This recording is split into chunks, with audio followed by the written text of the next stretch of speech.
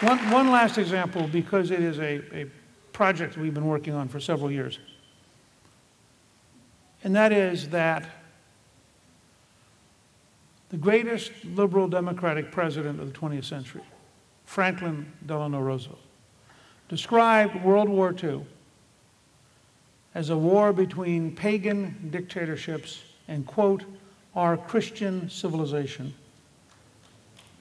And when we landed at Normandy on June 6, 1944, in the largest, most complex operation ever undertaken, in which 190,000 people will land by sea and air in 24 hours, or 36 hours.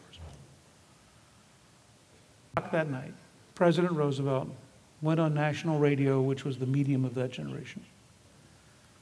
And he says, I'm asking all of you to join me in prayer. And he prays for 6.5 minutes. Now, we have a project every year on the 6th of June of trying to get the maximum number of radio stations to play the prayer, because it is stunning. First of all, you can imagine if you're a modern liberal Democrat and you realize that the greatest liberal Democrat of the 20th century led the entire nation in 6.5 minutes of prayer. It utterly confuses you about church and state and walls of separation. And I mean, what is this guy Roosevelt doing? Didn't he understand how he was supposed to behave?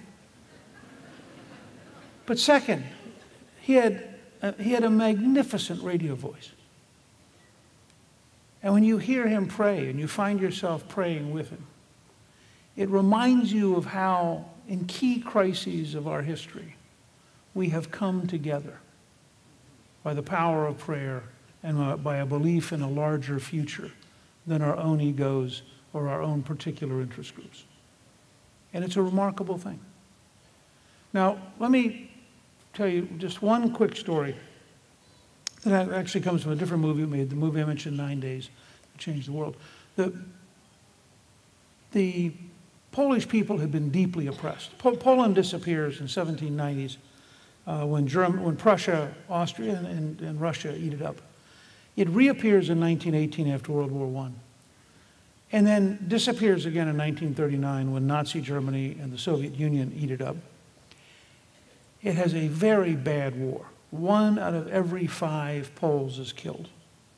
Highest per capita death rate of any country in Europe. Then, the minute the Nazis leave, the Soviets arrive. So by 1979, you've had from 1939 to 1979, 40 really miserable years. Gray, sad, tragic history. But all of a sudden, in one of those miraculous interventions that you can't explain, for the first time in 450 years, there's a non-Italian pope. And they pick a Pole from behind the Soviet Union, the Iron Curtain. He comes home. You can imagine what people felt. The first day at Victory Square, there are 3 million people come out for Mass. 2 things happen. One is they suddenly realize that they have gathered together in religious freedom despite the dictator.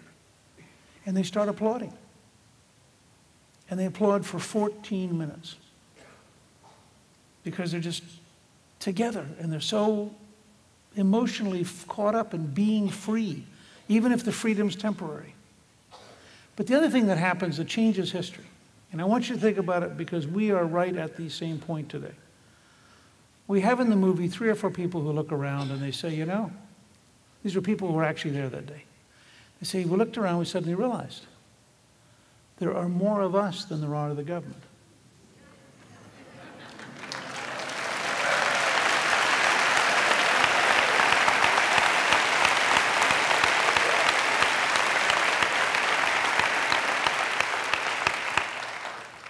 Now, let me just for 1 or 2 minutes meddle, because I think there's a practical consequence to this.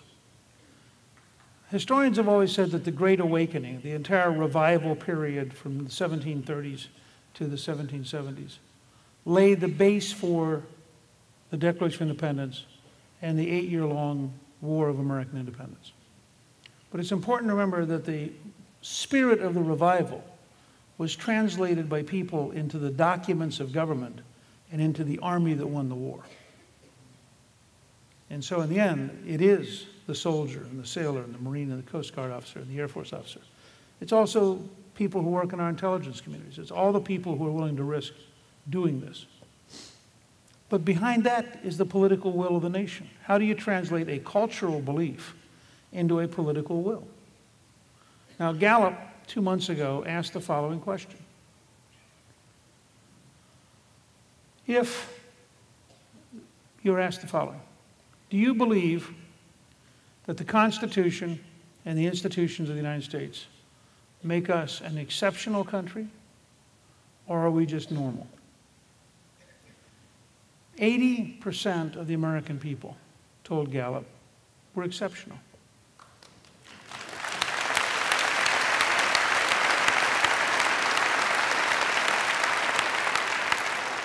Let me ask you here, I'm curious, how many of you would agree this is an exceptional country and not a normal country, okay? Now,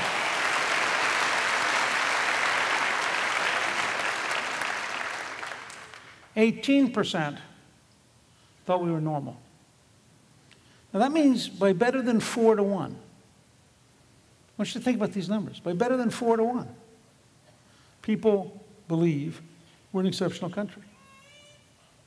Now, unfortunately, the 18% includes a lot of judges, a lot of teachers and college professors, an awful lot of reporters and people in the newsrooms, and all too many politicians who listen to the judges and the reporters and the college professors. But here's what I'm just proposing you to think about and to think deeply about between now and the 4th of July. I think it's time for us to adopt a platform for an exceptional America. Now, I'm going to tell you one closing story so I want you to understand. I'm just talking about history here.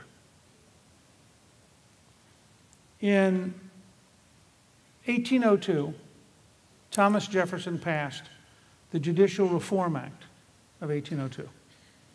Now, Jefferson had a fairly good working knowledge of the Constitution.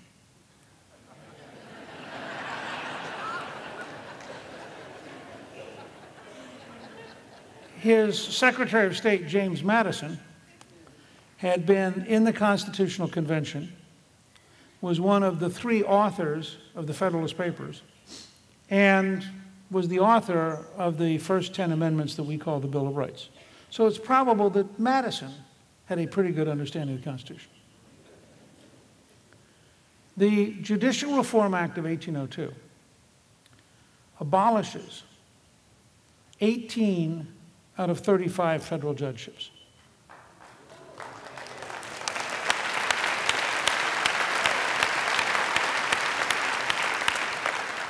That is, literally over half of all the federal judges disappeared. They didn't impeach them. They simply said, your office no longer exists. We're no longer going to pay you. You will no longer hear cases. And of course, several of them promptly said, this is unconstitutional, and they went to file a lawsuit.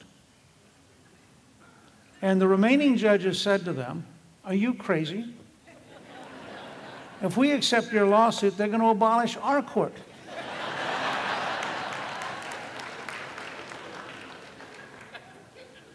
Now, Madison, Jefferson, Hamilton had all said there is no such thing as judicial supremacy, that it's an absurdity, that you have 3 co-equal branches, and in the Federalist Papers, Hamilton writes, the weakest of the 3 is the judiciary.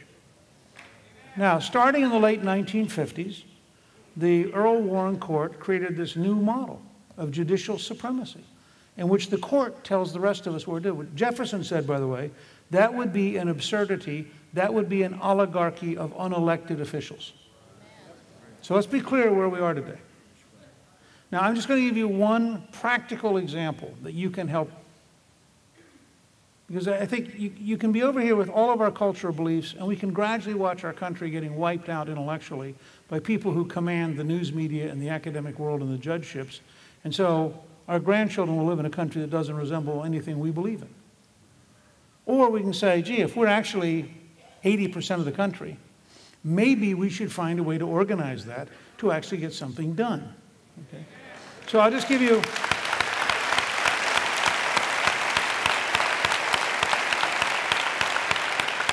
I'll give you one minor project, a modest project, because I'm not as bold as Jefferson. But let's say we created a Jefferson project. And Jefferson, as I said, abolished 18 out of 35. Well, I wouldn't go out and advocate abolishing half the federal judges. Well, why don't we just take the Ninth Circuit as a demonstration effect?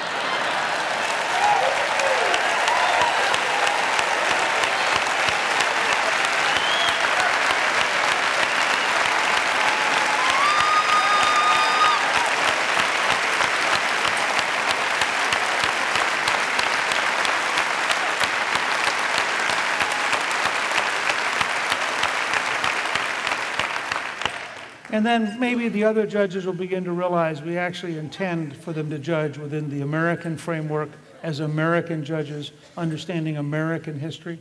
It's a start. I want to thank all of you. I want to thank you, first of all, for inviting me. I want to thank you all for being so gracious. And I want to just close where we sort of started, with that last part of the Star-Spangled Banner. We will remain free as long as we're brave. That bravery will come from our churches and our synagogues, from everyday folks. It won't come from the elites. It won't come from those who are currently in power, because if it could have come from them, it would have. And so it's going to have to be average, everyday folks who decide that, once again, that we have to be Americans. Thank you very, very much. Okay? Thank you.